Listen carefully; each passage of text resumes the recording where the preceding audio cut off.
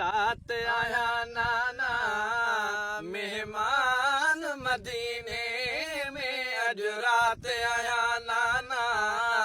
मेहमान मदीने में ओ पई दी दुनिया दस पई दी दुनिया दस वरीमान मदीने में अज रात आया नाना मेहमान मदीने में अज रात आया नाना मेहमान मदीने में अध रात थिंद सुराही नाना उठ डल ते चढ़ी दई दरड़ा हवेल लिखे तहज्जुद जी नमाज पढ़ी अध रात थिंद सुराही नाना उठ डल ते चढ़ी